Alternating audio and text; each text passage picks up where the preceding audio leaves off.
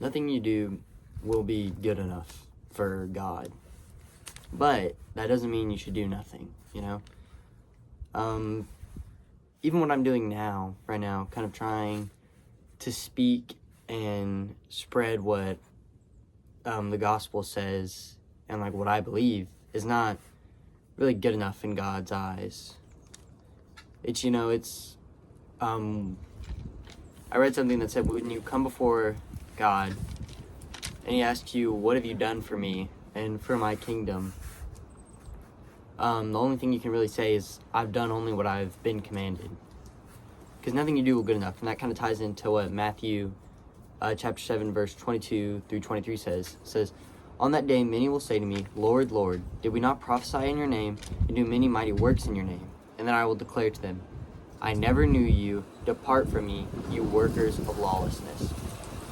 Our works that we do really mean nothing to God. It's just that we know and believe that he sent his son to die for us.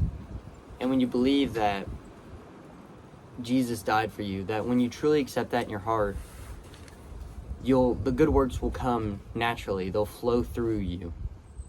It's not about how the Pharisees were. Jesus says in the Gospels, it says that the Pharisees love the places of honor. They love to pray in public. They love when they fast. They love to make themselves look miserable so that people notice them and be like, oh, these guys are so holy, Look at all the things they're doing in public. They're not afraid to come out and do it. But it's really what you do behind closed doors that matters before you start kind of moving into public acts, because they really don't matter in the end, because you're only doing what God has commanded you. Taking care of the poor, taking care of your loved ones, loving one another, and just doing things for people don't really matter, because it's what Jesus would have done, and so it's what we should want to do too. It's only what we've been commanded to do. And then Ephesians chapter 2 verse 8 says, for by grace you have been saved through faith, and that not of yourselves, it is the gift of God, not of works, lest anyone should boast. Never kind of boast of works that really don't save you, One thing that you can always boast about is Jesus Christ and how he died for you and the works that he did for you on the cross. That's really the only thing that you could boast about, is that we have the gift of eternal life and that it's been granted to us. It says it is the gift of God.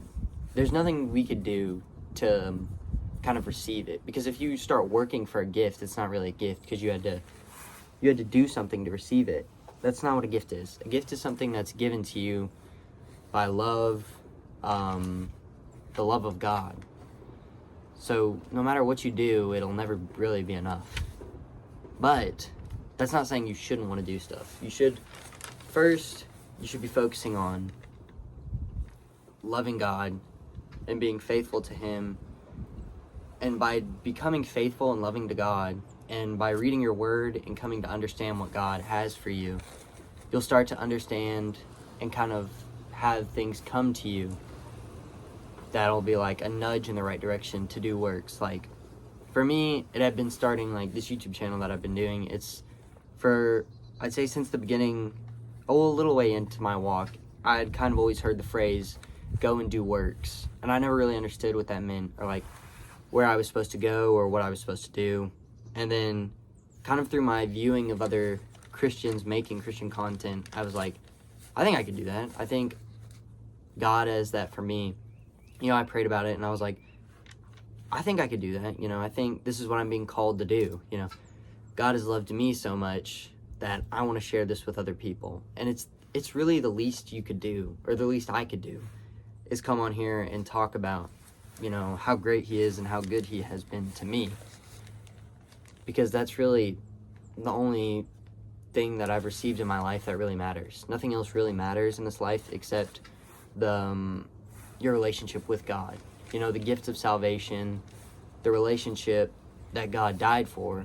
He died for us to have a relationship with him. That's really the only thing that matters in life. And I think once you really start pursuing a genuine relationship with Christ, your good works will flow. Like, don't do the right thing for the wrong reason. like with the Pharisees, going back to the Pharisees, it's like they were doing all the right things. They were going out, they were praying for people, they were preaching, they were spreading the word, but they were doing this out of like a selfish desire to be seen, to be praised, and to be like held above other people. Like, and even going back to saying like they loved the highest seat in the synagogues. They loved when people would come to them and be like, Rabbi, Rabbi, what is your wisdom for today? Because on the outside, if you look just at what the Pharisees had done for people, like when they would try to release demons or when they would pray for people, objectively it was the right thing to do, but they did it for the wrong reasons. So don't let yourself fall into a state where you're like, oh, I have to do this for God, I have to do this.